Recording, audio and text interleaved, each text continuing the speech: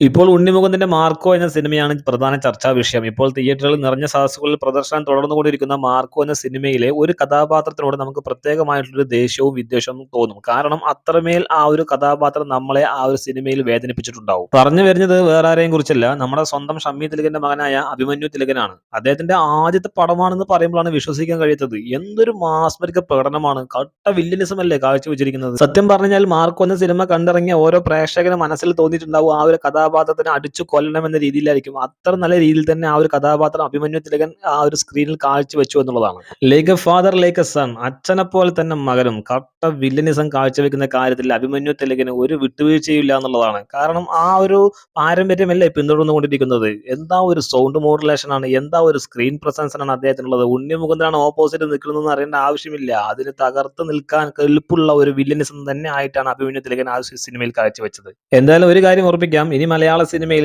അഭിമന്യു തിലകന് ഒരു സ്ഥാനമുണ്ട് എന്നുള്ളത്. കാരണം അത്രത്തോളം മികച്ച പ്രകടനമായിരുന്നു 'മാർക്കോ' എന്ന സിനിമയിൽ അദ്ദേഹം കാഴ്ചവെച്ചത്. അദ്ദേഹത്തിന്റെ അച്ഛനെ പോലെ തന്നെ ആ ഒരു പാത പിന്തുടർന്നുകൊണ്ട് മലയാള സിനിമയിൽ നല്ലൊരു വേഷങ്ങൾ കിട്ടട്ടെ അദ്ദേഹത്തിന്.